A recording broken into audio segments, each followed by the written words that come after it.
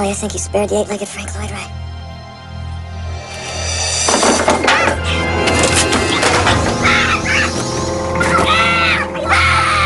The hell is that? Steve, you found a solution to the problem of the corroded faceplate, my friend, and I like it. Love what you've done with the place. We're gonna get her turned around to the business end and find out why she's not running.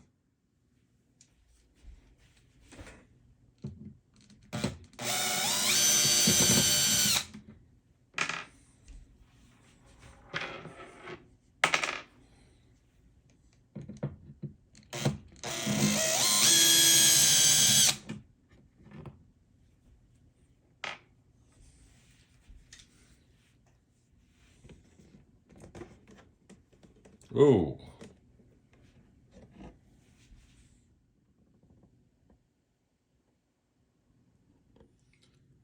Steve, it's a bit of a horror show in here.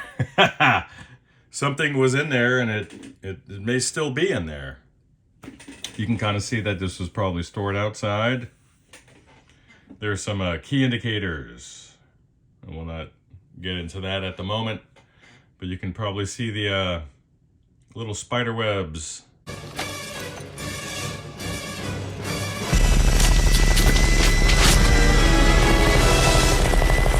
we're going to get in this thing and find out why she gave up the ghost, so to speak. So you hang in there, buddy. We'll get to the bottom of this. Update soon.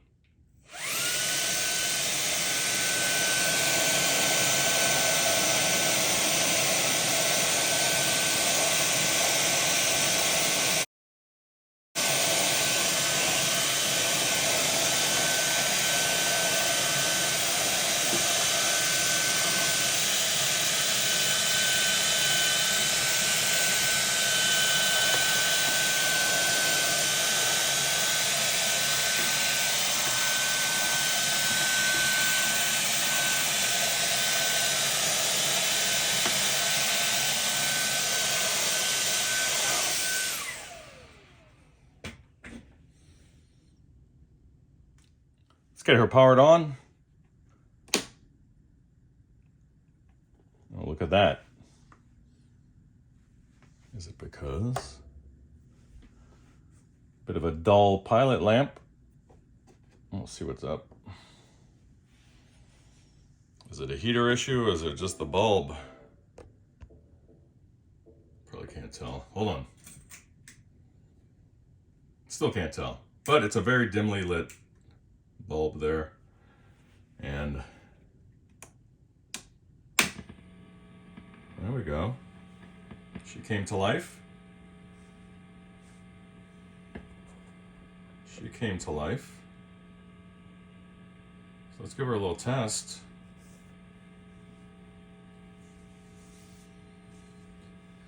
Oh boy. Let's give her a little test. So yeah, you guys out there, don't make the deadly assumption that the absence of a pilot or power indicator lamp, don't assume that that's going to mean it's safe to handle and that you can just go poking your grubby fingers in there. So just try to use your other senses. Obviously, if it's plugged in and powered on, and if you don't see a physical indicator of that, just assume that it is. And at this particular lamp, I could feel a very slight vibration from the power transformer. So I'm glad I was paying attention. So, you know what's next.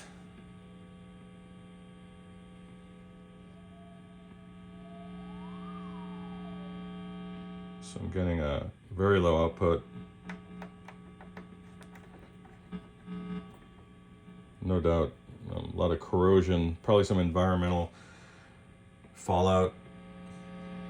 This is completely cranked up. So I'm getting some disruption between the input jack and the first gain stage. So I could barely hear this. I mean, shooting about 1.5 volts into the input, which is about 3 times more than your average guitar is going to produce.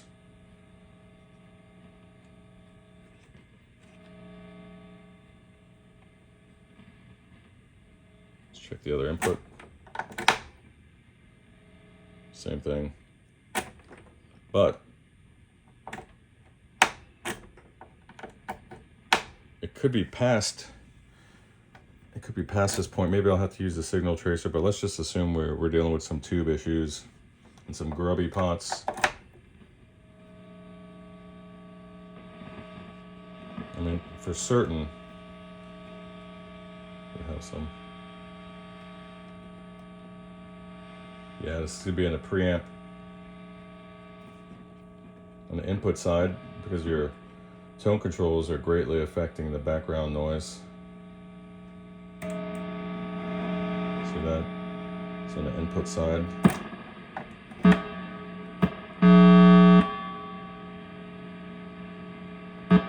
But look at that. See, keeping that input open and not grounding that grid to the first preamp stage is producing some healthy sound. See? It's very loud, yet when it's all the way engaged, then the tip should be connected by way of the grid stoppers and all that stuff to that first stage.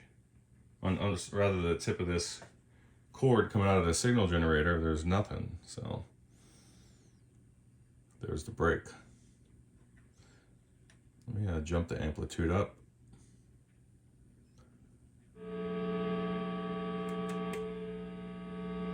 And we got good responsiveness and functionality with the reverb and the channel select, so that's going to tell you right offhand that the low voltage supply is relatively healthy. I say relatively because I haven't really taken a look at the circuit board yet. These power tubes are very noisy.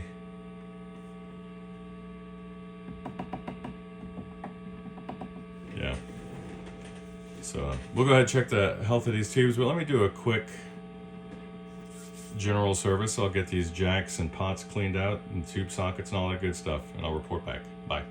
It's hard to see from this angle, but we got some little friends living in that jack. Steve-O. Woo! Through the magic of editing. Just a few moments later, we have some progress to report. New set of power tubes.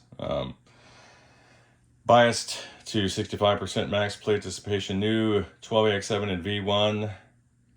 Thoroughly cleaned jacks, switches, and pots, tube sockets. Also retention those. Cobweb removal, spider removal, unidentified creature removal, and a whole lot of love later.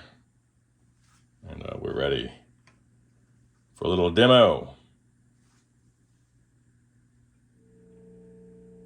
That's a bit of an open jack right now because I have a signal generator plugged in. Otherwise, it's quiet.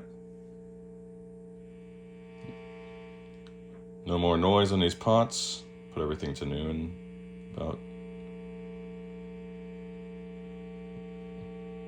reverb and presence.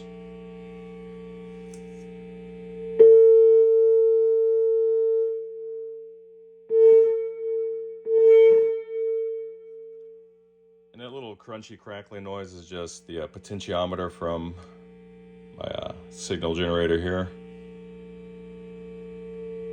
Actually, let me do this.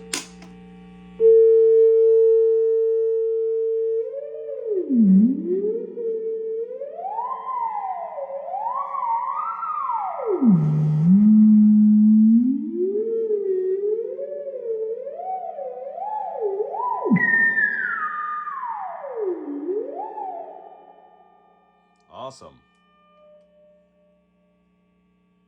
All right, let's move over to the drive channel. Beautiful. Put the gain on 50%. Bring the master up. There we go. So let me wind up the drive.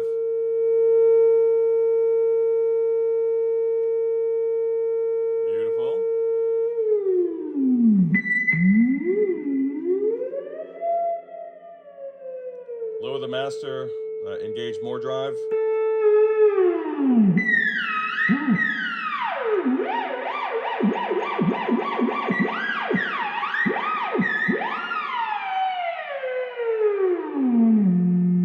There we go.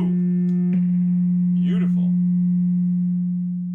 Rattling everything on my bench here. Beautiful, buddy. So now I'll give her a nice physical clean. Make sure all of the hardware on this cabinet is tightened properly. And she'll be good to go. Oh, where are we going here? Let's clean this guy off. You guys just saw me jacking around with the phone mount. And then it engaged the record button. Maybe I'm clumsy. But I'm at the point, Steve, where I can actually turn my gear off. How do you like that? That's no fun. Huh? Just turn all the guys off here. Turn all the guys off. Makes me sad. But you have one healthy amp. So I'm going to go ahead and give it a good physical cleaning. And then we shall be in business.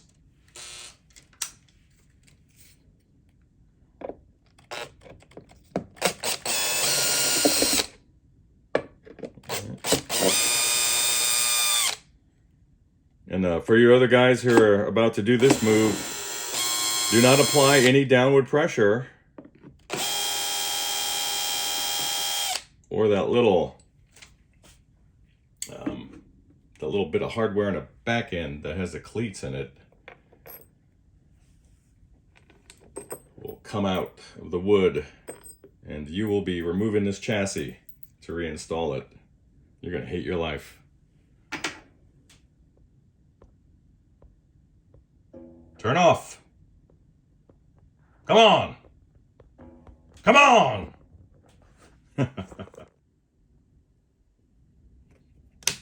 There we go. Nice pilot light.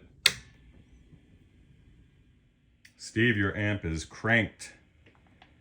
This is the background noise. Almost non-existent now.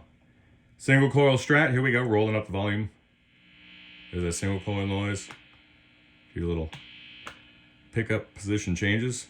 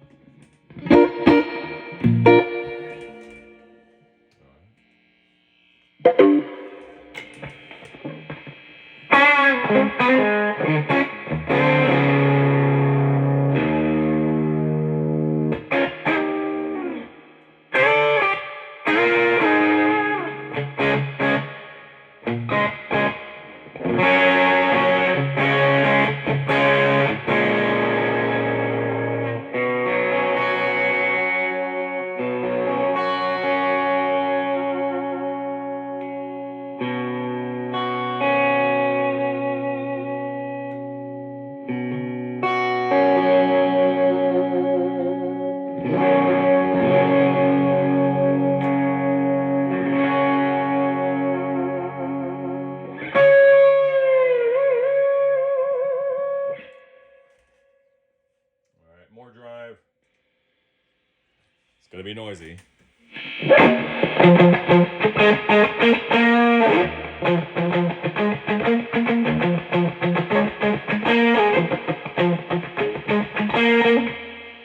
a lot of reverb.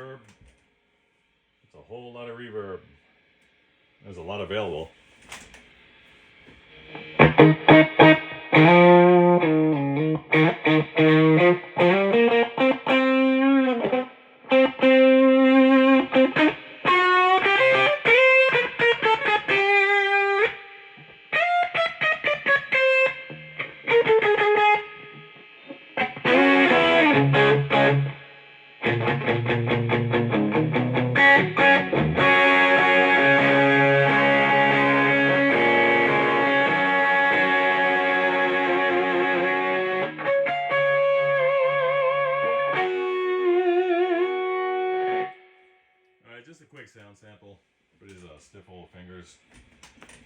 There you have it. She's ready.